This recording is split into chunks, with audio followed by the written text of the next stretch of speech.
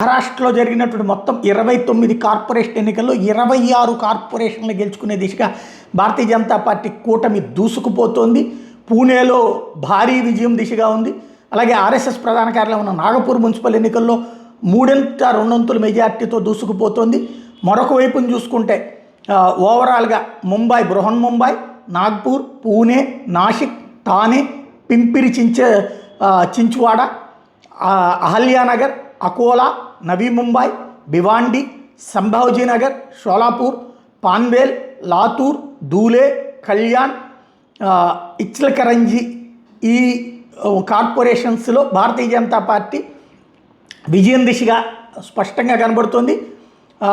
మరొక వైపున తాజాగా జరుగుతున్నటువంటి పరిణామాలు అయితే భారతీయ జనతా పార్టీ అంటే ఆల్రెడీ మొన్న పార్లమెంట్ ఎన్నికలు తగిలిన దెబ్బని తట్టుకుని నిలబడటంతో పాటుగా అసెంబ్లీ ఎన్నికల్లో ఘన విజయం, ఆ తర్వాత పంచాయతీ ఎన్నికల్లో ఘన విజయం, మున్సిపల్ ఎన్నికల్లో ఘన విజయం, ఇప్పుడు కార్పొరేషన్ల ఘన విజయం అన్నటువంటిది సంచలనం సృష్టిస్తోంది. ఓవరాల్గా చూసుకుంటే ఉద్ధవ్ ఠాక్రే కాంగ్రెస్ పార్టీ, శరద్ పవార్ల పార్టీలకి అతిపెద్దదైనటువంటి గడ్డు కాలం అయింది.